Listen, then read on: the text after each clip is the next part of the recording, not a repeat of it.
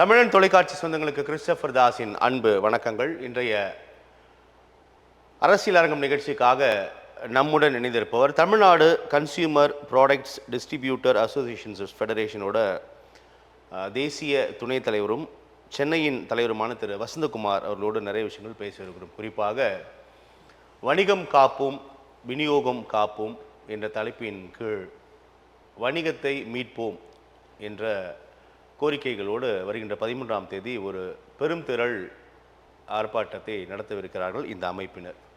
இதன் பின்னணியில் நாம் பார்க்கும் பொழுது பல கோரிக்கைகள், குறிப்பாக சிறு வணிகர்கள் பாதிக்கப்படக்கூடிய வகையில் தற்போது கோலோச்சி கொண்டிருக்கின்ற பெரும் வணிக நிறுவனங்கள், இணைய வழியில் நாம் பொருட்களை வாங்கி நுகரக்கூடிய ஆன்லைன் விஷயங்கள் சிறு வணிகர்களை பெரிய அளவில் பாதிப்பதாகவும், இந்த விஷயத்தில் அரசாங்கம் தலையிட்டு எங்களுக்கான உரிய நீதியை பெற்றுத்தர வேண்டும் என்று தொடர்ந்து இந்த அமைப்பின் மூலமாக பல போராட்டங்கள், பல கவன ஈர்ப்பு நிகழ்வுகளை நாம் நடத்தி வருகின்றோம். இருப்பினும் அரசாங்கத்தின் செவியில் எங்களுடைய கோரிக்கைகள் எட்டப்படவில்லை என்ற இடத்தில் வருகின்ற 13ஆம் தேதி வணிகம் காப்போம் விநியோகம் மீட்போம் வணிகத்தை மீட்போம் என்ற தலைப்பின் கீழ் அவர்கள் அமைப்பினரால் ஆர்ப்பாட்டம் நடைபெறவிருக்கிறது. அது குறித்தும் அவர்கள் எதிர்கொள்ளக்கூடிய பிரச்சனைகள், அவர்களுடைய கோரிக்கைகள், உண்மையில் என்னதான் நடக்கிறது இந்த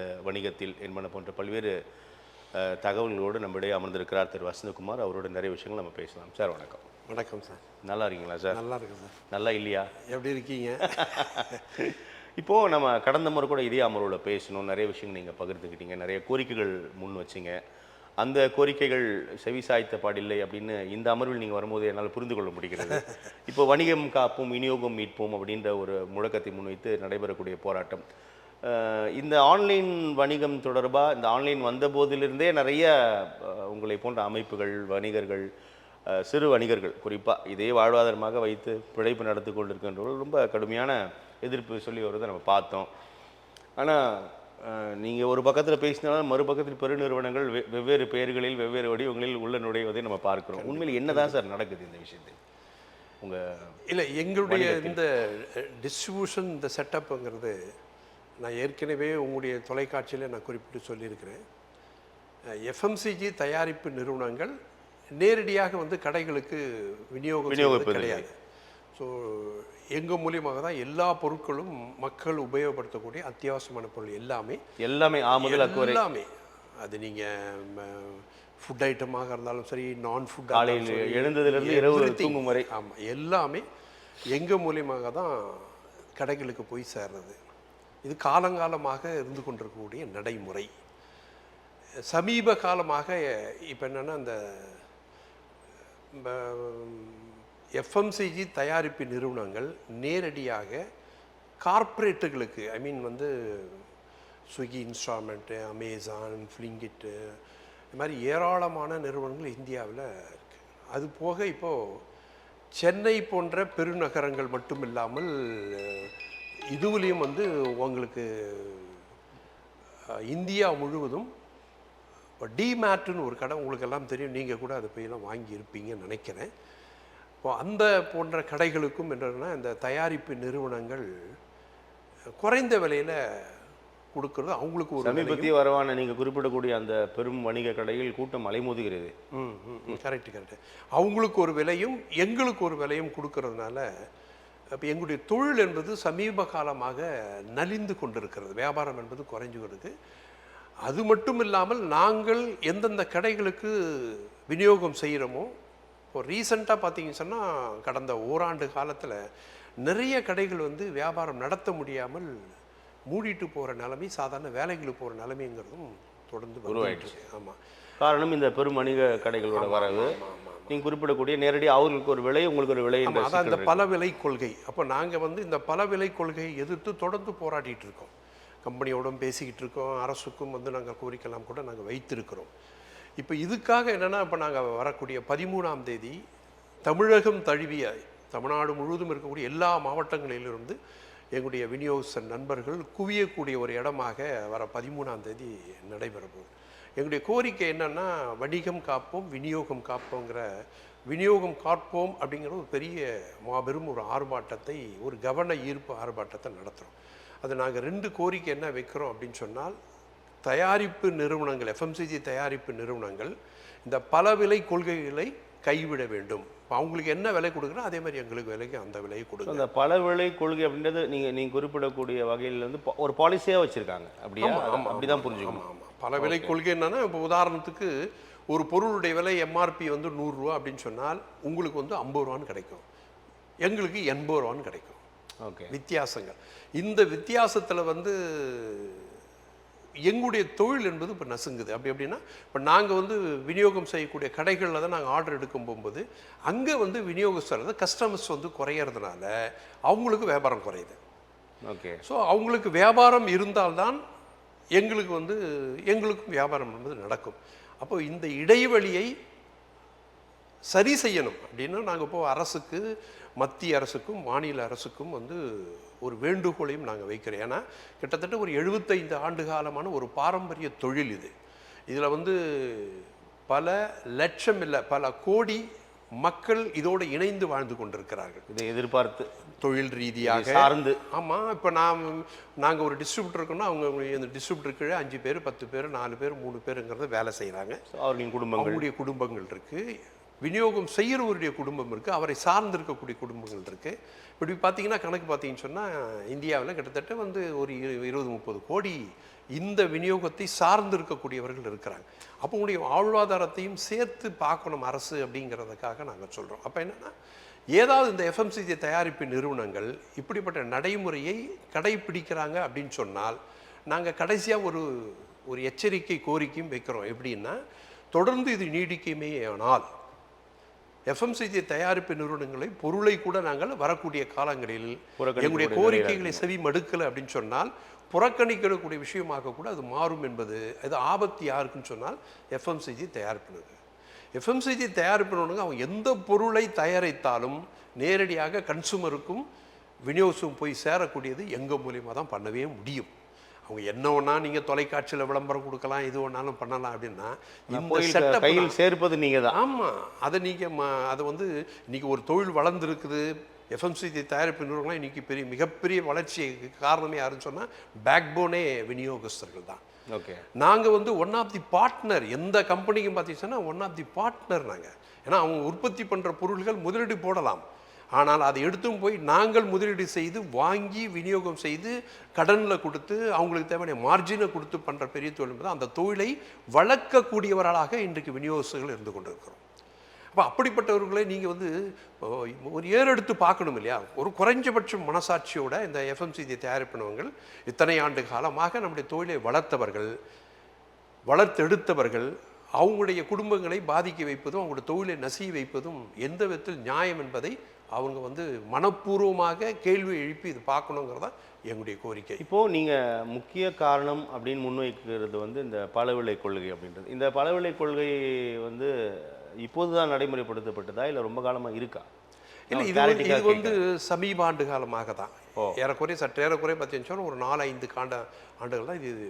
அதுக்கு முன்னாடி இல்லை. அதுக்கு முன்னாடி அவ்வளோ இல்லை. இந்த கார்ப்பரேட் ஆன்லைன்லாம் வந்து கிடையாது. இப்போ ஒரு 4-5 ஆண்டு காலமாக தான் கடுமையாக இருக்குது. ஏராளமான. அப்போ இதற்கான காரணமாக நம்ம என்ன புரிஞ்சுக்கலாம், என்ன புரிஞ்சுக்கிறீங்க? இல்லை, இது நாங்கள் என்ன சொல்கிறோம் அப்படின்னு சொன்னால், இப்போ இன்னும் நீங்களே கூட ஒரு கேள்வி கேட்கலாம். ஏங்க, கன்சூமருக்கு நல்ல விலையில் கம்மி விலையில் கிடைக்குது, ஏன் அதை நீங்கள் எதிர்க்கிறீங்கன்னு கூட கேட்கலாம். கரெக்டாக இல்லையா? கண்டிப்பாக. சார், நீங்கள் ஒரு கன்சூமராக நான் உங்களை கேட்குறேன். நீங்கள் எனக்கு அதானே தோணும். ரைட், நிச்சயம். 50 ரூபா கொடுக்குறீங்க, எனக்கு 20 ரூபா கொடுக்குறான், நாங்கள் தானே சார் வாங்க முடியும் அப்படின்னு சொல்லுவோம். இப்போ நாங்களும் வந்து யாரும் கிடையாது. 142 கோடி மக்களில் ஒரு அங்கம் என்பதுதான் நாங்களும். கன்சூமர் என்பது யார்? என்னுடைய மாமன், மச்சான், அண்ணன், தம்பி, உறவுகள் தான் கன்சூமர். இப்போ நான் போய் கடைகளில் தான் நாங்களும் தான் பொருள் வாங்குகிறோம். எங்களுக்கு தேவையில்லாத பொருள் கடையில் வாங்குகிறோம். அப்போ நாங்களும் ஒரு விதமான கன்சூமர் தான். நாங்கள் என்ன கேட்குறோம் அப்படின்னு சொன்னால், இதுக்கு இடையில் மக்களை ஏமாற்றக்கூடிய விஷயங்களும் நடந்துக்கிட்டு இருக்கு. நீங்கள் இப்போது டிமார்ட்டுங்கிற ஒரு பெரிய நிறுவனம் இந்தியாவில், அது வந்து ஒரு மகாராஷ்டிரா மும்பை பேஸ் கம்பெனி. இந்தியாவில் எல்லா பெருநகரங்களையும் இது இருக்குது. சென்னையில் கூட பார்த்திங்கன்னா சற்றேறக்குறைய ஒரு 7 இடங்களில் இருக்குது. இப்போ இன்னும் வரக்கூடிய நிறைய இடங்களில் வரக்கூடிய காலங்களில் கூட ஒரு கிலோமீட்டருக்கும் ஒரு டிமார்ட்டு, ஒரு குறைந்த ஏரியாவில் பண்ணுற மாதிரி கூட ஒரு திட்டம் இருப்பதாக நாங்கள் அறிகிறோம். இப்போ இதற்கு முன்னாடி கூட நிறைய பெருநிறுவனங்களோட வணிக கடைகள் இருந்துட்டு தான் சார் இருக்கு. இப்போ கேபிஎன், ஆமாம், கேபிஎன் நான் அதை குறிப்பிட விரும்பல, உங்களுக்கு தெரியும். இப்போ அது நீங்கள் குறிப்பிடக்கூடிய இந்த பெருநிறுவன வருகைக்கு அப்புறமா தான் நிறைய பாலிசி டிசிஷன் மாற்றப்படுகிறது அப்படின்னா எப்படி புரிஞ்சுக்கிறது சார்? இல்லை இப்போ இந்த பெருநகரங்கள்னு இல்லைங்க, இந்தியாவை முழு இருக்கக்கூடிய எல்லா பெருநகரங்களும் பெருநிறுவனங்கள் சொல்ல, பெருநகரங்கள் இல்லை. இந்த குறிப்பிட்ட நிறுவனத்தின் அந்த வணிக கடைகள் வருகைக்கு பிறகு இந்த சிக்கல்கள் ஏன்? ஏன்னா ஏற்கனவே தான் நிறைய வணிக பெருநிறுவனங்களோட வணிக கடைகள் இருக்குல்ல, ரிலையன்ஸ்லாம் கூட நம்ம சொல்லலாம். இல்லை அப்பெல்லாம் அந்த பிரச்சனை இல்லையா உங்களுக்கு? இல்லை, பிரச்சனை தான், நான் அதையும் சேர்த்து தான் நான் சொல்கிறேன். ஓகே, இல்லை 4-5 ஆண்டுகள் தான் இந்த பல விலை கொள்கை சொன்னீங்க, அதுக்காக கேட்குறேன். இல்லை இப்போ இந்த அவர்கள் கடைப்பரப்பு பல ஆண்டுகள் இப்போ டிமார்ட்டுங்கிறதும் ஆன்லைனுங்கிறதும் வேகமாக வளர்ந்து வரக்கூடிய காலம் இந்த இடைப்பட்ட காலம். ஓகே, இன்னும் கூட நிறைய நிறுவனங்கள் பல பேர்ல வருவதற்கான ஏற்பாடும் நடந்து கொண்டிருக்கு, வந்து கொண்டே இருக்கிறது. நான் குறிப்பிட்டு பெயர் சொன்னிய சில நிறுவனங்கள் நான் குறிப்பிட்டு சில தான் சொல்லியிருக்கிறேன். அது இல்லாமல் நிறைய பெருநிறுவனங்களோட வணிக கடைகள் கடை பரப்ப காத்து கொண்டிருக்கிறார்கள். ஆன்லைனும் நிறைய வந்துடுச்சு. ஆமா, அது நாம் அறிந்தது. அதுல கூட என்னன்னா, இப்ப நாங்க சமீபத்தில் கூட ஒரு ஆய்வு நடத்தணும். என்ன ஆய்வுனா, எங்க விநியோகஸ்தர் மூலமா ஒரு ஆய்வு நடத்துகிற டிமார்ட்ல கூட இந்த ப்ரைஸ் டிஃப்ரென்ஸ் இருக்குது, கன்சூமருக்கு தெரியறது கிடையாது. இப்போ நீங்களே ஒரு பொருளை வாங்குறீங்கன்னா அதோட எம்ஆர்பி மைண்டில் வச்சுருப்பீங்களா? நிச்சயமாக இருக்கும், ஈவன் எங்களுக்கே தெரியாது. ஆமாம். அப்போது உதாரணத்துக்கு ஒரு பொருள் 100 ரூபான்னு வச்சுக்கிங்க, நீங்கள் டிமார்ட்டில் அதே பொருளை போனீங்கன்னா 125 ரூபா எம்ஆர்பி இருக்கும். இது நீங்கள் சொல்ல உண்மையா சார்? இது இருக்குது, நாங்கள் ஆய்வே எடுத்துருக்குறோமே. நான் உதாரணம் எந்தெந்த பொருளில் நான் சொல்ல விரும்பலை, புரியுது, இருக்குது. அப்போ நீங்க அதுல பாத்தீங்கன்னா அதுல இருந்து குறைவுனும் போது 25 ரூபா உங்களுக்கு டிஸ்கவுண்ட் கொடுத்தா அப்படி பண்ண முடியுமா சார்? एक्चुअली ஒரு பண்ண முடியும்னா பண்ணிட்டு தான் இருக்காங்க. பண்ண முடியும்னா பண்ணிட்டா 25 ரூபா டிஸ்கவுண்ட் கொடுக்குறாங்க அப்படின்னா நீங்க என்ன கன்சூமரா? 25 ரூபாய் ஏத்தி 25 ரூபாய் குறைக்கிறார்கள். ஆமா, பரவாயில்லையே, 100 25 ரூபா உங்களுக்கு டிஸ்கவுண்ட் கிடைக்குதுன்னு பார்ப்பீங்க. அதே பொருள் நீங்க சாதாரண சூப்பர் மார்க்கெட்ல போனீங்கன்னு சொன்னா 98 ரூபா 93 ரூபா கிடைக்கிறதுக்கு வாய்ப்பு இருக்கு இல்லையா? நுகர்வோர் மீது நடத்தப்படுகிற பெரும் மோசடியாச்சு சார் இது. நீங்க சொல்றது உண்மையா இருந்தால் எனக்கு தெரியல. நாங்க ஆய்வு எடுத்ததுல சில குறிப்பிட்ட பொருட்களுடைய வித்தியாசங்களை நாங்கள் கண்டுபிடித்திருக்கிறோம். அந்த பொருளும் கூட தேவைப்பட்டால் நாங்கள் சொல்லுவதற்கும் தயாராக இருக்கிறோம். இல்லை, இப்போ 1000 பொருளில் 2-3 பொருள் அப்படின்னு சொல்ல வரீங்களா? அப்படின்னா அது பெரிய பாதிப்பை ஏற்படுத்தாது தானே இயல்பா? நான் ஒரு கன்சியூமராக கேட்குறேன். நீங்கள் ஒரு 1000 பொருளில் ஒரு 3-4 பொருள் தான் சார் இப்படி இருக்கு, குறைந்தபட்ச விலை அதிகரித்து எனக்கு பெரிய சிக்கல் இருக்காது சார். அத்தியாவசியமான பொருள் போது அதனுடைய தேவைகள் அதிகரிக்கும். இப்போ உதாரணத்துக்கு அரிசி இல்லாமல் ஒரு நாள் வாழ்வு, ஒரு குடும்பம் பருப்பு இல்லாமல் இருக்கா, மிளகா இல்லாமல் இருக்கா, தனியா இல்லாமல் இருக்கா, இது நம்முடைய அன்றாட வாழ்வில் கலந்திருக்கிற ஒன்று. ஸோ இதுலேயே அந்த சிக்கல் இருக்குன்னு நீங்க சொல்றீங்க, அப்போ சொல்ல வரீங்க, நான் அப்படி புரிஞ்சுக்கிறேன். எஸ். இப்போ அதனால் என்னன்னா, நாங்களும் கன்சூமருக்கும் ஒரு அவேர்னஸை ஏற்படுத்துகிறோம். இப்போ கூட பாருங்கன்னா, நாங்கள் இந்த 1ஆம் தேதியிலேருந்து 10ஆம் தேதி வரைக்கும் சென்னை மாநகரம் முழுவதும் எல்லா கடைகளும் நேரடியாக போய் ஒரு அவேர்னஸ் கிரியேட் பண்ணுறது, விழிப்புணர்வு இயக்கம் நடத்திருக்கு. ஏன்னா சமீப காலமாக எங்களை போன்று கடுமையாக பாதித்திருக்கிறவர்கள் யாருன்னு சொன்னால் வியாபாரிகளும் பாதித்து சிறு கடை வச்சுருக்காங்க, சூப்பர் மார்க்கெட் வச்சுருக்காங்க. நீங்கள் இப்போ சர்வே எடுத்து பாருங்களேன், சமீபமாக சென்னை மாநகரத்தில் மூடப்பட்ட கடைகள் எண்ணிக்கை நிறைய. காரணம் என்னன்னு சொன்னால், தொடர்ந்து அவங்க கடைகளை நடத்த முடியாத சூழ்நிலை, வாடகை, ஈபி, மற்ற விஷயங்கள், சேலரி, அதுக்கேற்ற மாதிரி லாபமும் இல்லை, கன்சூமர் குறைஞ்சிட்டாங்க, வாடிக்கையாளர் எல்லா கடையிலும் இப்போ குறைஞ்சிக்கிட்டே வராங்க. அதுக்கு என்ன காரணம்? இதுதான், ஆன்லைன் பிஸ்னஸும் கார்பரேட்டுகளும் இந்த டிமார்ட் போன்றதுனால குறையுது. அப்போ இப்போ நான் சொன்ன விநியோகஸ்தர் மட்டுமே இவ்வளோ பேர் 75 ஆண்டு காலம் இருக்கக்கூடியவர் கிட்டத்தட்ட கோடிக்கணக்கானவர்கள் சார்ந்து இருக்கிறான்னா, வியாபாரிகள் எடுத்துங்க, அவங்களும் பாதிக்கிறாங்க இல்லைங்களா? அவங்களும் சார்ந்து எவ்வளோ பேர் இருக்காங்க. ஒரு கடனை கூட 2 பேர் வேலை செய்யலாம், அவர் குடும்பம் இருக்கலாம், அவர் சார்ந்து இருக்கலாம்.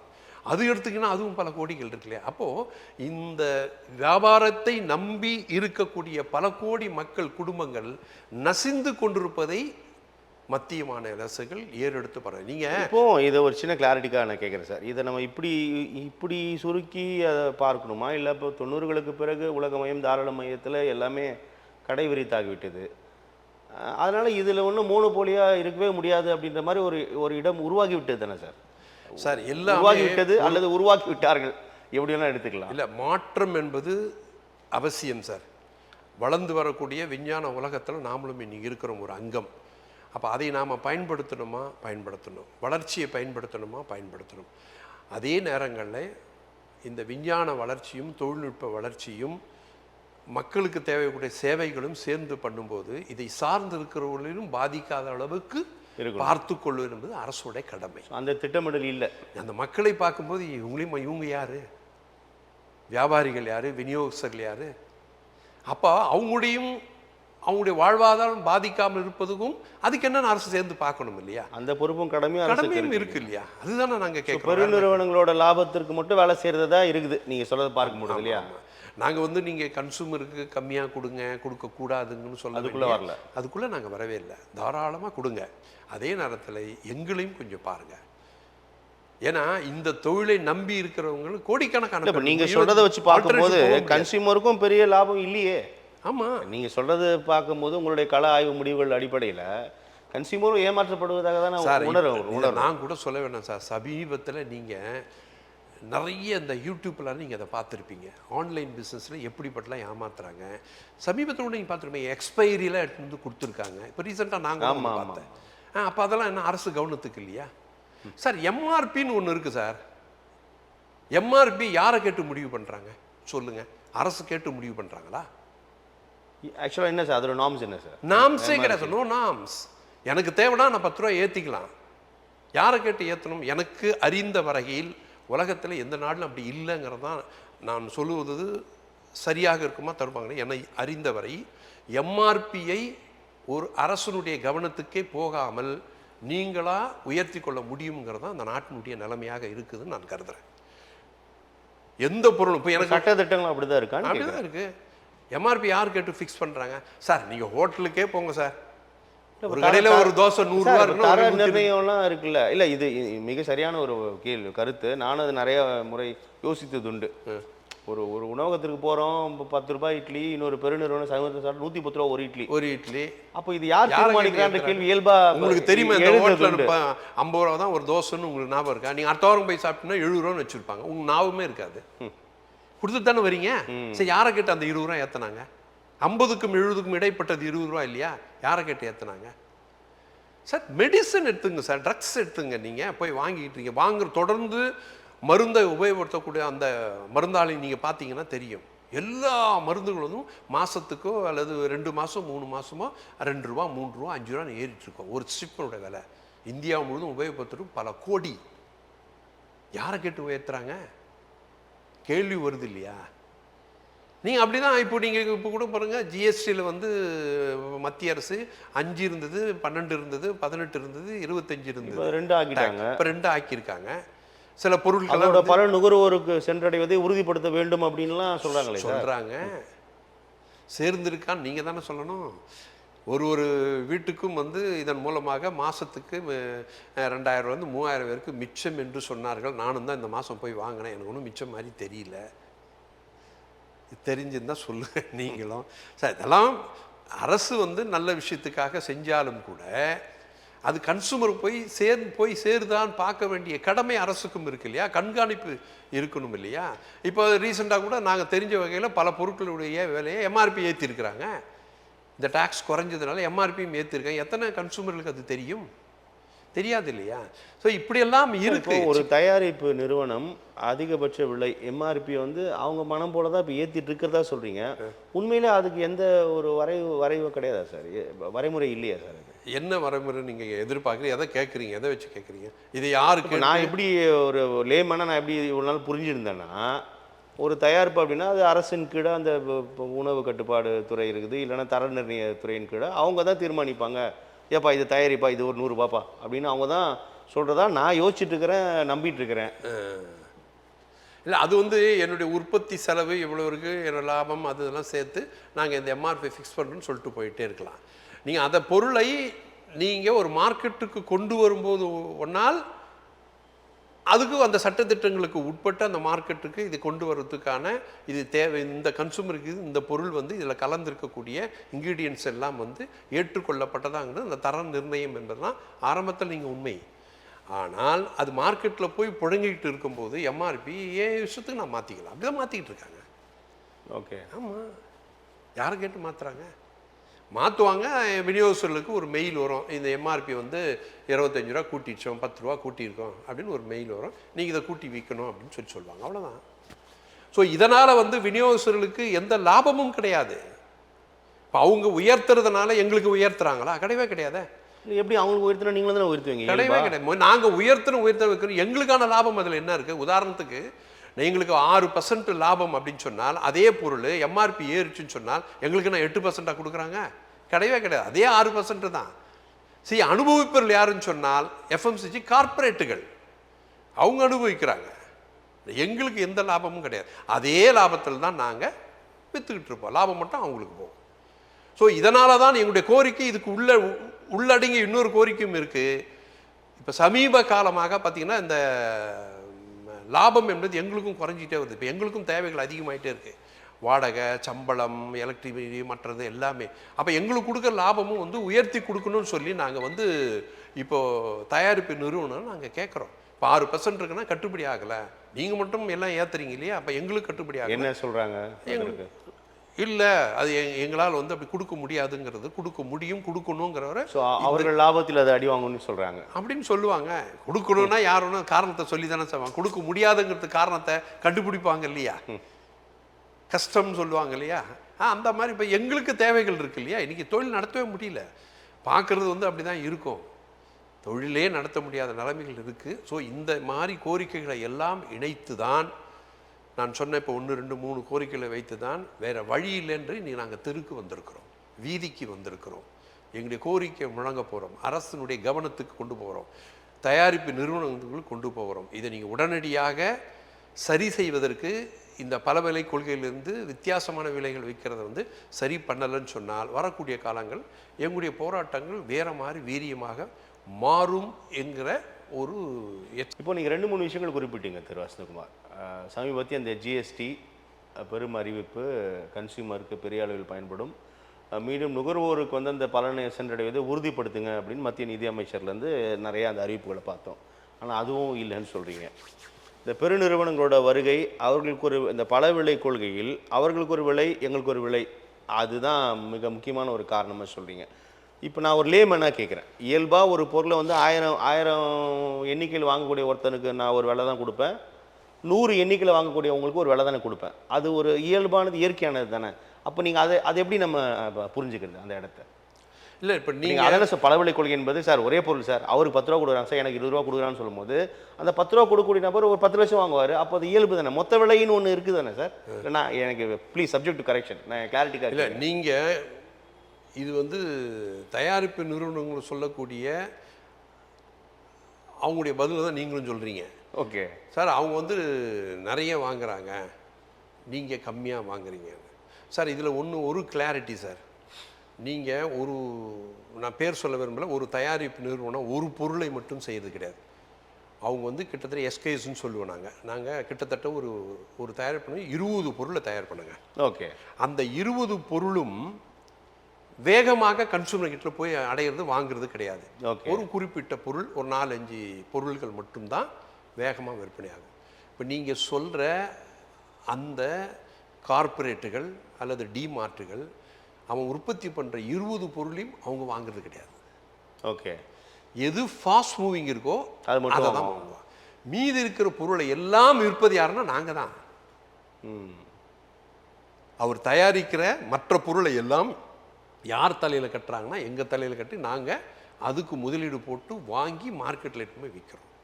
அப்போ எங்களுடைய கோரிக்கை நியாயமான கோரிக்கை இல்லையா? அது நீங்கள் சொல்லுங்கள், நாங்கள் உற்பத்தி பண்ணுற 20 பொருளையும் வந்து அவங்க வாங்குகிறாங்க, அதனால் நாங்கள் வந்து கணிசமான எண்ணிக்கையில் வாங்குறாங்க, நாங்கள் கொடுக்குறோம் அப்படின்னா நான் என்ன கேட்குறோம், நாங்கள் என்ன சொல்கிறோம் அப்படின்னு சொன்னால், தமிழ்நாட்டில் இந்தியா முழுவதும் இருக்கக்கூடிய இவ்வளோ கடைகளில் இதை நம்பி தானங்க கன்சூமர் அங்கே தானங்க போய் வாங்கிட்டு இருந்தாங்க இவ்வளோ காலமாக. இப்போ அவங்களுக்கு கொடுத்ததில்ல யார்? நாங்கள் தானே சார். நாங்கள் தானங்க சார் பண்ணிகிட்டு இருக்கோம். அவங்களுடைய எண்ணிக்கையோட கூடவே நாங்கள் தாங்க பண்ணுறோம். ஓகே, நாங்கள் தான் பண்ணுறோம். நீங்கள் எப்பவே பாருங்கள், நீங்கள் ஆன்லைனை நம்பியோ அல்லது வந்து இந்த டிமார்ட்டை நம்பியோ இதெல்லாம் விநியோகஸ்தர் நம்பி வாழவே முடியாதுங்க. இந்த செட்டப் நீங்கள் ஒரு தெரு இருக்குன்னு சொன்னால் அந்த தெரு முக்கில் இருக்கிற கடை வந்து அவ்வளோ ஈஸியாக நீங்கள் அழிக்கவே முடியாது. இன்றைக்கும் அந்த தெருவில் இருக்க எங்கே போய் வாங்குவாங்க? தேவையை உடனே அந்த முனையில் தானேங்க வாங்க அவங்க. நீங்கள் அதை அழிக்கணும்னு நினைக்கிறீங்களே, அப்போ அழிக்கணும்னு யாருக்கு சிரமத்தை ஏற்படுத்துறீங்க? சாதாரண மக்களுக்கு சிரமத்தை ஏற்படுத்துறீங்க இல்லையா? ஸோ அதனால் வந்து அவங்க தான் கூட வந்து வாங்குறாங்கன்னாங்கன்னா, நீங்கள் உற்பத்தி பண்ணுற அத்தனை பொருளையும் எடுத்து போய் கடைகளுக்கு சேர்க்கிற வேண்டாம். நாங்கள் கணிச்சமாக வாங்கலையா?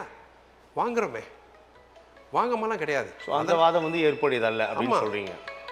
நாங்கள் வாங்குறோமே. அதனால் வந்து அவங்க தான் கூடுதலாக வாங்குறாங்க, அதனால் நாங்கள் குறைச்சி கொடுக்குறோம் அப்படின்னு சொன்னால் அது தப்பான ஆர்கியூமெண்ட். நாங்கள் தான் அவங்கள உற்பத்தி பண்ணுற அத்தனை பொருளும் எல்லா பொருளையும் எடுத்து போய் கடைகளில் சேர்க்குறது நாங்கள் தான். அதனால தான் எங்களுடைய கோரிக்கை நியாயமான கோரிக்கைன்ற அடிப்படையில் நாங்கள் சொல்கிறோம். இப்போது நீங்கள் குறிப்பிடக்கூடிய அந்த 4-5 ஆண்டுகளில் தான் ரொம்ப நிறைய வருகை அதிகரிச்சிருக்குன்னு சொல்கிறீங்க. சமீபத்திய அந்த வருகையான புதிய கடை, இன்னும் நிறைய பெரும் கடைகள் வரவிருப்பதாக கூட சொல்கிறீங்க. நான் முன்னமே குறிப்பிட்டது மாதிரி ஒரு பக்கத்தில் உங்களுடைய கோரிக்கைகள், நீங்கள் உங்களுடைய ப்ரேயர்லாம் இருக்குது, மறுபக்கத்தில் பெருநிறுவனங்கள் சத்தமில்லாமல் வந்து கொண்டே இருக்குது.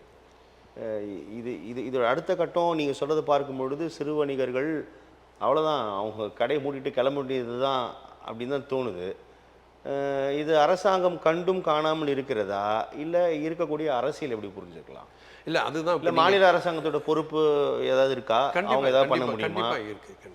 இல்லை அதுதான் நாங்கள் கவலையோடு இதை பார்க்குறோம். ஏன்னா இந்த விநியோகத்தை பாதுகாக்கக்கூடிய ஒரு சங்கமாக நாங்கள் இருக்கிறோம். இன்றைக்கி தமிழ்நாடு நுகர்பொருள் விநியோக சங்க கூட்டமைப்பு என்பது இந்த விநியோக தொழிலில் ஈடுபட்டிருக்கக்கூடிய பல ஆயிரம் பல லட்சம் விநியோகஸ்தரை பாதுகாப்பது. உங்கள் அசோசியேஷன் மட்டும் தான் இருக்கா, இல்லை நிறையா இருக்குங்களா? இல்லை இருக்கலாம். இப்போ நாங்கள் வந்து தமிழ்நாட்டில் ஒரு பெரிய அமைப்பு, ஏறக்குறைய வந்து பார்த்திங்கன்னு சொன்னால் தமிழ்நாடு முழுவதும் இருக்கக்கூடிய இந்த விநியோக தொழில் இருக்கிறவங்களையெல்லாம் எங்களுக்கு பின்னால் தான் இருக்கிறாங்க, எங்களோடு இணைந்து தான் பயணிக்கிறாங்க. எண்ணிக்கையில் பார்க்கும்போது எவ்வளோ இருப்பீங்க? பல லட்சம் இருக்குது.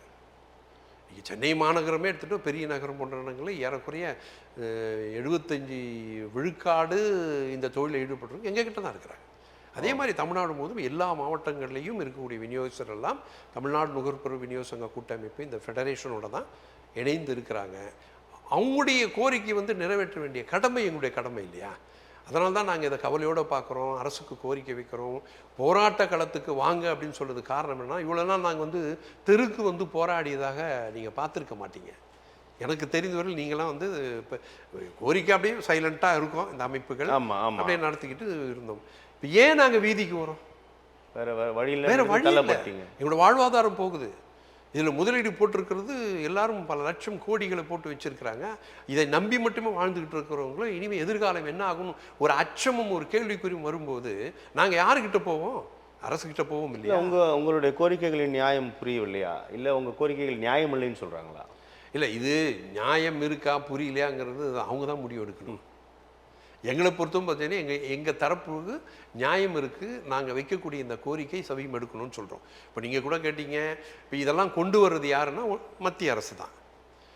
மாநிலத்துக்கும் பொறுப்பு இருக்கான்னா பொறுப்பு. ஜிஎஸ்டிங்கிறது வந்து ஒன்று வந்து டைரெக்டாக இப்போ நீங்கள் மத்திய அரசோடு போயிடுச்சு, வசூலிப்பது வந்து மாநிலம். அப்போ இங்கே மாநிலத்தில் கூட உற்பத்தியாளர்கள் நிறைய பேர் இருக்காங்க இல்லையா இந்த ஸ்டேட்டில். ஸோ அதை கண்ட்ரோல் பண்ணுறதுக்கு கூட ஸ்டேட்டு கூட அது முடிவு எடுக்கலாமே. நீங்கள் மாநிலம் கூட இப்படி இந்த பல விலை கொள்கைகளை நீங்கள் வந்து கட்டுப்படுத்தணும். ஏன்னா இப்போ இங்கே இருக்கிறவங்க தமிழ்நாட்டு மக்கள் தானே, இந்த தொழிலில் ஈடுபட்டிருக்கணும் தமிழ்நாட்டு மக்கள் தானே. அது தமிழக அரசுக்கும் பொறுப்பு இருக்குது, மாண்புமிகு முதலமைச்சர் அவர்களுக்கும் இது பொறுப்பு இருக்குது. ஏன்னா இன்றைக்கி மாண்பு முதலமைச்சர் வந்து ஒரு நல்ல பல திட்டங்களை மக்களை நேசிக்கக்கூடிய அளவுக்கு பல விஷயங்கள் நல்லதெல்லாம் செஞ்சுக்கிட்டு வராங்க. ஸோ அதோடு சேர்ந்த நாங்களும் எங்களுடைய கோரிக்கையும் கொஞ்சம் இறங்கி பார்த்து மாநில அரசுக்கு உங்களுடைய கோரிக்கை நீங்கள் பகிர்ந்துக்கிட்டீங்களான்னு கேட்குறேன். பகிர்ந்துருக்கிறோம். நாங்கள் ஏற்கனவே கூட முதலமைச்சரோட கவனத்திற்கு கொண்டு சேர்த்துருக்கீங்களா? சேர்க்க போகிறோம். இப்போ நாங்கள் இதோட ஒட்டி மாநில அரசு இல்லை, அது வந்து நீங்கள் அமைச்சர் மத்தியில் நாங்கள் பேசியிருக்கிறோம். வேறு மட்டங்கள்லாம் அதிகாரி மட்டங்கள்லாம் நாங்கள் பேசியிருக்கிறோம். இந்த துறை சார்ந்த அதிகாரி மட்டங்களும் அமைச்சர் மத்தியெல்லாம் பேசியிருக்கிறோம். முதலமைச்சர் கவனத்துக்கும் கொண்டு போகிறக்கூடிய வேலைகளில் இந்த இதுக்கு பின்னால் நாங்கள் அதை செய்ய போகிறோம். நிச்சயமாக அவரும் எங்களுக்கு ஒரு கருணையோடு இதை பார்ப்பார், பரிசீலிப்பார், செய்வார் என்கிற நம்பிக்கையும் எங்களுக்கு நிச்சயம். இப்போ உங்கள் டிஸ்ட்ரிபியூஷன் அசோசியேஷன் தான் முக்கியமான ஒரு விங் சொல்கிறீங்க. ஆனால் வணிகர்கள் சார்ந்து இயங்கக்கூடிய நிறைய அமைப்பு அசோசியேஷன்ஸ் இருக்கு இல்லையா, அவங்க எல்லாமே இந்த புரிதலோடு தான் இருக்காங்களா? இந்த பாதிப்பை உணர்ந்து தான் இருக்கிறாங்க? கண்டிப்பாக. சரி, பாதிப்பு என்கிறது எங்களை சார்ந்திருக்க விநியோகங்கள் மட்டும் இல்லைங்க, இந்த தொழிலில் ஈடுபட்டிருக்கிறோம் எங்களால் இணையாது இருக்கிறவங்களுக்கும் பாதிப்பு தானே. அவங்க வேறு வழி இல்லாமல் இந்த புழு மாதிரி நெளிஞ்சிக்கிட்டு இருக்க வேண்டியது தான். எல்லாருக்கும் பாதிப்பு இருக்குது, தொழிலருக்கும் எல்லாருக்குமே பாதிப்பு இருக்குது. அது நீங்கள் சங்கத்தில் இருந்தாலும் இல்லைனாலும் இப்போ நாங்கள் போராடுறதும் பொதுவான போராட்டம். எங்கள் சங்கத்தில் இருக்கிற மட்டுமா போராடுறோம்? இந்த விநியோக தொழில் இருக்கிறவங்க சங்கத்தில் இணையாதவர்களுக்கும் சேர்ந்து போராடுறோம். வரக்கூடிய காலங்களில் இந்த விநியோக தொழிலை எடுக்கக்கூடியவங்களுக்கும் சேர்ந்து போராடுறோம். இப்போ இருக்கிறதுக்கும் போராடுறோம், வரக்கூடிய காலத்துக்கும் சேர்ந்து போராடுறோம். இப்போது நீங்கள் குறிப்பிடக்கூடிய அந்த பெரும் கடை மாதிரி வருங்காலத்தில் அது மாதிரி வந்துருச்சு, 100 வந்துருச்சு சென்னைக்குள்ளே அப்படின்னா எல்லாமே அதை நோக்கி நகர ஆரம்பித்து விடும்ல. ரொம்ப இயல்பாக நான் சொல்கிறேன். காலையிலே கடை திறந்துடுறான், அண்ணாச்சி கடை மாதிரி அவனும் திறந்துடுறான், அண்ணாச்சி கடை மாதிரி தான் மூடுறான்னா ஒட்டுமொத்த பேரும் அங்கேயே வாங்க ஆரம்பிச்சிடும். ஏப்பா டெய்லியும் வாங்குறதுக்கு அங்கே போய் நான் மொத்தமாக 4000 ரூபாய் கொடுத்து ஒரு மாதத்துக்கு தேவையான மொத்தத்தை வாங்கி வச்சிட்டேன்னா அப்போ இருக்கக்கூடிய கடைகள்லாம் மூடும் நிலைக்கு தள்ளப்பட்டு விடும் இல்லையா? இப்போ ஏறக்குறைய அந்த நிலைக்கு தான் இப்போ வந்துட்டுன்னு சொல்கிறீங்க. எப்படி அதை பார்க்கல? இல்லை சார், அப்படி நீங்கள் உடனடியாக நீங்கள் சொல்கிற மாதிரிலாம் எல்லாத்தையும் அழிச்சிட முடியாது. இப்போ நீங்கள் டிமார்ட் அடிப்பது என்பது நோக்கமானு தெரிலங்க. ஆனால் அப்படி வந்துருச்சுன்னா இயல்பாக மக்கள் நகர ஆரம்பிச்சிருவோமேன்ற. இல்லை, அதுதான் நான் என்ன சொல்கிறேன்னா, அன்றாட தேவைகள் ஒன்று இருக்கு இல்லையா சார். இன்றைக்கி இப்போ டிமார்ட்டுக்கு போய் வாங்குகிற கஸ்டமரும் ஆன்லைனில் ஆர்டர் பண்ணி வாங்குகிற கஸ்டமரும் பார்த்திங்கன்னா ஒட்டுமொத்த மக்கள் தொகையில் ஏறக்குறைய முக்கால்வாசி அவங்க தான் அப்படின்லாம் கிடையாது. ஓகே, நீங்கள் டிமார்ட்டுக்கு போய் வாங்கினோன்னா ஒரு ஒரு ஒரு ஒரு பால் வாங்கணும்னு நீங்கள் அங்கே போக முடியுமா? இல்லை சார், ஒரு 1/2 கிலோ பருப்பு வாங்கணும்னு அங்கே போவீங்களா? நீங்கள் சொன்ன மாதிரி மாதத்துக்கு என்னுடைய ஒரு குடும்பத்துக்கு தேவையான பொருளை வாங்குறதுக்குன்னா ஒரு 3000 ரூபா 4000 ஸ்பெண்ட் பண்ணுறவங்க தான் நீங்கள் அங்கே போக முடியும். நீங்கள் அந்த லிஸ்ட்டில் எடுத்துட்டிங்கன்னா இன்றைக்கி அடிப்படை சாதாரண தினக்கூலி தொழிலாளர் இருக்கான் இல்லையா, அன்றாடம் காய்ச்சின்னு சொல்லுவோம் இல்லையா, அன்றைக்கி வேலைக்கு போனால் தான் சம்பளம் அல்லது வார சம்பளம் மாத சம்பளத்தில் இருக்கிறவங்களாம் நீங்கள் அப்படிலாம் போக முடியாது. இவங்க அதை அப்போ அதை நினச்சி நீங்கள் அச்சப்படலை, அதில் தெளிவாக தான் இருக்கிறீங்க. அதனால் எங்களுக்கு பாதிப்பு இல்லை. அந்த பல விலை கொள்கையை மட்டும் நீங்கள் சரி செஞ்சுட்டா உங்களுக்கு பிரச்சனை இல்லை. நிச்சயமாக அதுதான் உங்களுடைய பிரதான. இந்த நீங்கள் சூப்பர் மார்க்கெட்டும் பெரிய பெரிய கடைகளும் இருக்கு இல்லையா, இந்த கடைகளுக்கு சப்ளை பண்ணுற பொருட்கள் நிறைய இருக்குது சார். அது இந்த விநியோகத்தோடு மூலம் தான் இருக்குது. இப்போ நீங்கள் அங்கே போகிற கஸ்டமர் வர ஒரு வீதியினுடைய ஓரத்தில் முனையில் இருக்கக்கூடிய கடைங்கிறது வேற. ஓகே, புரியுங்களா? அவ்வளோ ஈஸியாக நீங்கள் இந்த செட்டப்பை நீங்கள் அவ்வளோ ஈஸியாக அழிச்சிட முடியாதுங்கிற நம்பிக்கையும் எங்களுக்கு இருக்குது. அதனால் நாங்கள் எங்கள் நம்பிக்கையும் அந்த அளவுக்கு நாங்கள் இழந்து போக விரும்பவும் இல்லை, இழக்கவும் இல்லை. ஆனால் தொழில் பாதிப்புன்னு தான் நான் சொல்கிறேன். ஓகே சார், உதாரணத்துக்கு நான் ஒரு 50 லட்ச ரூபா மாதம் பண்ணிட்டு இருக்கேன்னா இந்த தொழிலால் எனக்கு 20 லட்ச ரூபா குறையுது சார். என்னுடைய கமிட்மெண்ட்ஸ் இருக்கு இல்லையா, அந்த 50 லட்சம் வச்சு நான் கமிட்மெண்ட்ஸ் இருக்கு இல்லையா, நான் வாங்கின கடனுக்கு கடன் கட்டணும், பிள்ளைகளை படிக்க, லாபம் குறையுது, ஒரு விதத்தில் ஒரு நஷ்டத்தில் வேலை செய்ய வேண்டிய நிலைக்கு தள்ளப்படுறீங்க. அதை தடுக்கணும் தான் நான் சொல்கிறேன்.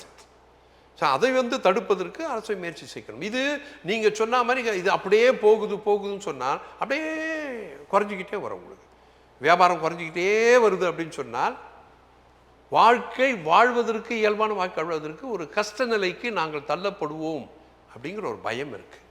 இப்போ இந்தியா முழுமைக்கும் இதே நிலையா? இல்லை நிச்சயமாக இந்தியா முழுவதும் இருக்கு.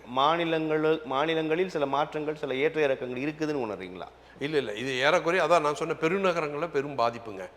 இப்போ சென்னை போன்ற நகரங்கள் நீங்கள் தமிழ்நாட்டிலே எடுத்துக்கிட்டாலும் சென்னை மட்டும் இல்லை, கோயம்புத்தூர் இன்னைக்கு பாதிக்குது, சேலம் இதுவும் பாதிக்குது, மதுரை பாதிக்குதுன்னா ஒரு ஏறக்குறைய ஒரு பெருநகரங்கள். இப்போ நீங்கள் கோயம்புத்தூர்லாம் பெருநகரங்கள் தான். அதே மாதிரி எதுனா பெங்களூர் சிட்டி பெருநகரம், அங்கெல்லாம் கடுமையான பாதிப்பு இருக்குது. இப்போ நாங்கள் எடுத்திருக்கிற இந்த முயற்சி, எங்களுடைய முயற்சிக்கு பின்னால் இந்தியா முழுவதும் இப்படிப்பட்ட வீச்சு என்பது பரவும். நிச்சயமாக இந்த தொழிலில் ஈடுபட்டிருக்கிறலாம் சென்னை இன்றைக்கி வழிகாட்டியாக தமிழ்நாடு நுகர்பொருள் விநியோக சங்கம் நடத்துகிற இந்த போராட்டம் என்பது நிச்சயமாக இந்தியா முழுவதும் பரவும். இந்தியா முழுவதும் இந்த பாதிப்புகள் இருக்குது. இன்றைக்கி நாங்கள் எடுத்திருக்க இந்த முன்னெடுப்பு என்பது ஒரு பெரிய பாதிப்பை இந்தியா முழுவதும் ஏற்படுத்தும் எங்கள் நம்பிக்கை எங்களுக்கு இருக்குது. இப்போ இந்த பல விலை கொள்கையை ஒரு முடிவுக்கு கொண்டு வரலாம் அப்படின்னு சொல்கிறீங்க. உற்பத்தி நிறுவனங்கள் நினைத்தா அதை செஞ்சிட முடியும் தான். கண்டிப்பாக பண்ண முடியும் சார். சார், நான் முன்னாலே சொன்னது சார், இது வரைக்கும் அவங்க வளர்ந்துருக்குது, வளர்த்தெடுத்தது நாங்கள் தானே சார்.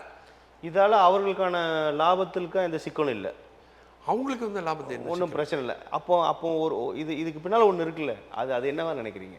எதுக்கு பின்னால் இல்லைப்பா, இந்த பலவிலை கொள்கையை செயல்படுத்துவதற்கு பின்னால் ஒரு அரசியல் இருக்குது அப்படின்னு நம்ம புரிஞ்சுக்கலாம் இல்லையா? கண்டிப்பாக சார். அதில் அவங்க என்ன நினைக்கிறாங்க, உங்களுக்கு ஒரு விலையை எனக்கு ஒரு விலையை கொடுக்குறாங்க. ஆமாம், 2 பேருக்கு ஒரே விலையை கொடுக்கறதுல உற்பத்தி நிறுவனத்துக்கு எந்த சிக்கலும் இருக்காது தான். அதனால் அவங்க லாபம் குறைய போகிறது இல்லை தானே? ஆமாம். ஏன் இப்போ பண்ணுறாங்கன்ற கேள்வியில் ஒளிந்திருக்கக்கூடிய விஷயம் என்னன்னு கேட்குறேன் சார். நீங்கள் இப்போ இந்த ஒரு ஒரு பிராண்டை எடுத்துங்களேன். இந்த பிராண்டை உற்பத்தி பண்ணி இன்னைக்கு மார்க்கெட்டில் எடுத்து கன்சூமருடைய இதயத்தில் பதிய வச்சது நாங்கள் தான். ஓகே. அதான் அதுக்கப்புறம் தானே இன்னைக்கு டைரெக்டாக இவங்க வந்ததுக்கு பிறகு மொத்தமாக கொடுத்து லாபம் அடையணும்னு பார்க்குறீங்க. அப்போ கன்சூமருடைய இதயத்தில் பதிய வைத்த நீங்கள் எங்களை கைவிடுவது எப்படி சரியாக இருக்கும்? ஏன் கைவிடுகிறார்கள்னு கேட்குறேன். எதுக்கு? எதற்காக கைவிடுகிறார்கள் சார்? எதற்காக? அந்த கேள்விக்கு பின்னால் பதில் இல்லை இல்லை, எதற்கு எப்படி நான் புரிஞ்சுக்கிறதுன்னு கேட்கல. இல்லை, அவங்களுக்கு என்னன்னா கூடுதல் லாபம் என்பது ஒரே நேரங்களில் நீங்கள் அவங்களுக்கும் கொடுக்கறதும் எங்களுக்கும் கொடுக்கறதும். நான் என்ன கேட்குறேன் அப்படின்னு சொன்னால், இப்போ நீங்கள் அவங்களுக்கு கொடுக்கறனால எங்கள் வியாபாரம் குறைஞ்சிதுன்னு சொல்லிட்டு எங்ககிட்ட ப்ரெஷர் போடாமல் இருக்கிறீங்களா? நீங்கள் கிடையாது சார். இதில் இன்னும் நாங்கள் தெளிவாக பேசணும் அப்படின்னு சொன்னால், வியாபாரமே ஆகாதுங்க, பொருள் எங்கள் குடோனில் இருக்குங்க. ஓகே. ஆனால் அந்த மாதமானால் அவங்களுக்கு ஒரு டார்கெட் இருக்கும் இல்லையா? இந்த பொருளுக்கு 20 லட்ச ரூபா டார்கெட்னா பொருள் 10 லட்ச ரூபா பொருள் 15 லட்ச ரூபா பொருள் டார்கெட்டு அப்படியே குடோனில் இருக்கும். அதுக்கு என்ன காரணம்னா வியாபாரம் குறைஞ்சதுனால. ஆனால் சரி, வியாபாரம் குறைஞ்சிச்சு, நம்ம தான் ஆன்லைனில் கொடுத்துட்டோமே, இவங்களுக்கு ப்ரெஷர் போடக்கூடாதுன்னு அந்த நிறுவனம் தயாரிப்பு இருக்கா? மாதத்தில் எண்டில் வந்து பார்த்தீங்கன்னு சொன்னால் இன்னும் 20 லட்சம் போடுன்னு சொல்லுவாங்க. அப்போது முதலீடு என்பது கூடிக்கொண்டே போகுது, வியாபாரம் இல்லை, லாபம் இல்லை. இந்த ப்ரெஷர்னால இப்போ நீங்கள் சமீபத்தில் பார்த்தீங்கன்னா பஞ்சாபில் ஒரு விநியோகஸ்தர், நான் அந்த கம்பெனியோடைய பேர் சொல்ல கூட நான் விரும்பலை, அவங்க போட்ட ப்ரெஷர்னால வியாபாரம் இல்லாதனால மாதம் அந்த எண்டில் வந்து நீ இவ்வளோ லட்சம் மீண்டும் வியாபாரம் ஆகுதோ ஆகலையோ பொருளை வாங்கி குடோனில் வைக்கணும் போட்ட ப்ரெஷரில் அவருடைய கடன் தொல்லையில் சமீபத்தில் ஒரு 20 நாட்களுக்கு முன்னால் நினைக்கிறேன் தற்கொலை பண்ணிட்டாரு. இப்போ நாங்கள் அரசோட கவனத்துக்கெல்லாம் கொண்டு போயிருக்கிறோம். அந்த நிறுவனத்தின் மீது நடவடிக்கை எடுக்கணும்னு சொல்லி எங்கள் அகில இந்திய தலைவர் மரியாதைக்குரிய கிருஷ்ணா அவர்கள் இதுக்கான ஒரு முன்னெடுப்பை எடுத்திருக்கிறார். நீங்கள் என்ன நினைக்கிறீங்கன்னா, அவங்களுக்கு கொடுக்கறனால அவங்களுக்கு இது லாபம் இருக்குது, அப்போ தானே செய்வாங்க அப்படிங்கிற மாதிரி கேள்வி நீங்கள் திருப்பி எங்ககிட்ட போட்டிங்கன்னா, நான் அதுக்கு தான் அது இப்போ பதிலே சொல்லிட்டேன். இப்போ வியாபாரம் குறையுது அப்படின்னு சொன்னால் வியாபாரத்தை அதுவும் நிறுத்தணும். அப்போ எங்களையா மீண்டும் இன்னும் பொருள் அப்படியே இருக்குது, மார்க்கெட் குடோனில் இருக்குது, இன்னும் 20 லட்சம் நீங்கள் வாங்கியே ஆகணும், எங்கள் டார்கெட்டை பூர்த்தி பண்ணணும்னு சொன்னால் நாங்கள் எங்கேருந்து போவோம் முதலீடுக்கு? அது நீங்கள் வாங்கி தான் ஆகணுமா? ஆமாம், அப்படி தான் நீங்கள் ப்ரெஷர் இருக்குது. ஓ சார், ஒரு நிறுவனத்துக்கு வேலை செய்யக்கூடிய இல்லை சார், நான் லேம் என்ன கேட்குறேன், வாங்கி விற்பது என்பது உங்களுடைய விருப்பம் வெறுப்பு சார்ந்தது தானே. அது டார்கெட் ஃபிக்ஸ் பண்ணி எனக்கு புரியல. எனக்கு புரியல, லேமேனா எனக்கு புரியல. இப்போ நீங்கள் ஒரு பொருள் எனக்கு கொடுத்துருக்க ஏரியாவுக்கு மாதம் 20 லட்சம் போகும்னு அவங்க நிர்ணயிச்சிருக்காங்க. Okay okay. அந்த 20 லட்ச ரூபாய்க்கு நாங்கள் முதலீடு போடணும். வெளியில் போச்சுன்னு சொன்னால் ஒரு 10 லட்ச ரூபா பொருள் போயிடுச்சுன்னா மீண்டும் 10 லட்சம் வாங்கி வைக்கணும், ஸ்டாக் மெயின்டைன் பண்ணணும். ஓகே. இதெல்லாம் அவங்களுக்கு இப்போ 20 லட்ச ரூபா வியாபாரம் அவங்க நிர்ணயிச்சிருக்காங்களா? இது ஏன் குறையுது? ஆன்லைன்லனால, டிமார்ட்னால, கார்பரேட்னால எங்களுக்கு குறையுது இல்லையா? குறைதா இல்லையா? ஆனால் குறைந்தாலும் நீங்கள் அந்த முதலீடை போட்டு வாங்கி வச்சுக்கணுன்றது தயாரிப்பு நிறுவனங்கள். அது என்ன நாம்ஸ்ன்னு கேட்குறேன். நீங்கள் இதுதான் அந்த லாப கொள்ளை. இப்போ நீங்கள் சொன்னீங்க பார்த்தீங்களா, வாங்கிக்கோ, நீ விற்கிறியோ இல்லையோ, ஆனால் என்கிட்ட வாங்கி ப்ரெஷர் பாருங்க. அதான் அவங்களுக்கும் விற்று லாபத்தை எடுத்துக்கிறான், விநியோகஸ்தர்கள் எங்களுக்கும் ஃபிக்ஸ் பண்ண அந்த டார்கெட்டில் நீ வாங்கி ஆகணும் ஒரு நிர்பந்தத்தை ஏற்படுத்துகிறான். இது என்ன நியாயம்? அதானே நாங்கள் கேட்குறோம். அது இங்கே தான் நீங்கள் வருங்க சப்ஜெக்ட்டுக்கு. இப்போ நான் மீண்டும் வரேன். இந்த பலவிலை கொள்கையினால் எங்களுடைய வியாபாரம் முடங்கி போய் நிற்கிது. அப்போ எங்களை மீண்டும் ப்ரெஷர் போடுறீங்க, வாங்கணுன்றீங்க, முதலீடு போடணுங்கிறீங்க, லாபம் இல்லை. அதனால தான் இப்போ பஞ்சாபில் ஒருத்தர் உயிர் இருந்தாலும் தற்கொலை பண்ணிட்டான்னு சொல்கிறல, இந்த மாதிரி காரணங்களால தான். இப்போ இது என்ன நியாயம் இது? சரி, எனவே தான் நாங்கள் என்ன சொல்கிறோம், இப்போது நீங்கள் சொன்ன மாதிரி ஒரு நல்ல கேள்வி கூட அது. இது இந்த கோரிக்கை நாங்களும் தான் வைக்கிறோம். எனக்கு என்ன வியாபாரம் ஆகுதோ அந்த வியாபாரத்துக்கு நான் வாங்கிக்குவேன். கிடையாது. 20 லட்ச ரூபா வியாபாரம்னு அவங்க ஃபிக்ஸ் பண்ணியிருக்காங்க, 10 லட்சம் தான் ஆகுதுன்னா நான் 10 லட்சம் தானே வாங்கணும்? கிடையாது, 20 லட்சம் நீங்கள் வாங்கி ஆகணும், குடோனில் வைக்கணும். இப்படி நீங்கள் வியாபாரத்துக்கு மாதிரி 10 லட்ச ரூபா வியாபாரம் நடக்குதுன்னா நான் அதனுடைய முதலீடு வந்து 20 லட்சம் முதலீடு வரணும். கொடுக்கறது 6%னா 20 லட்சம் முதலீடுக்கு என்ன லாபம் இருக்குது எங்களுக்கு? இதுக்கு இடையில் நீங்கள் விநியோகம், சப்ளை, வண்டி, டீசலு, டிரைவர் சம்பளம், சப்ளை பண்ணுற சம்பளம், ஆர்டர் எடுக்கிற சம்பளம், நாங்கள் கடன் கொடுக்கறது, 30 நாள் கடன் கொடுக்கறது, அந்த கடனுக்கான வட்டி என்ன ஆகுது யோசித்து பாருங்கள். நீ கடைசி எண்ட் ஆஃப் த டே என்னன்னு பார்த்தீங்கன்னா ஒன்றுமே நிற்காது. இப்படி இந்த மாதிரி ஒரு கசப்புணர்வோட போட்ட முதலீடுக்கு லாபம் இல்லாமல் மன உளைச்சலோடு இன்னைக்கு விநியோகஸ்தர்கள் வந்து தொழிலை நடத்தி கொண்டிருக்கிறார்கள்.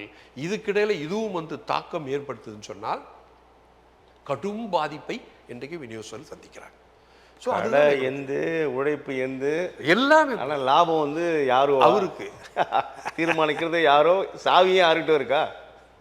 ஸோ இதனால தான் வந்து இவ்வளோ பாதிப்பு இருக்குங்கிறதுக்கான ஒரு கசப்பான உணர்வோடு. ஸோ இப்போ 13ஆம் தேதி நடைபெறக்கூடிய அந்த போராட்டம் ஆர்ப்பாட்டம் குறித்து சொல்லுங்கள் சார். சார் அதான் சார் 13 வந்து நாங்கள் தமிழ்நாடு முழுதும் இருந்து விநியோகஸ்தர்கள் வராங்க. காலையில் நாங்கள் ஒரு எங்களுடைய இந்த கோரிக்கைலாம் வச்சு கோரிக்கைகள்லாம் முழக்குவோம். அகில இந்திய தலைவர் எங்கே சார் நடத்துறீங்க? ராஜரத்னம் ஸ்டேடியம். வழக்கமாக காவல்துறை அனுமதினா அந்த இடம் தான். 3 இடங்கள் சென்னையில், அதில் ஒரு இடம். சரி, அந்த இடத்த தான் கொடுத்துருக்காங்க. அந்த இடத்துல தான் நாங்கள் நடத்துகிறோம்.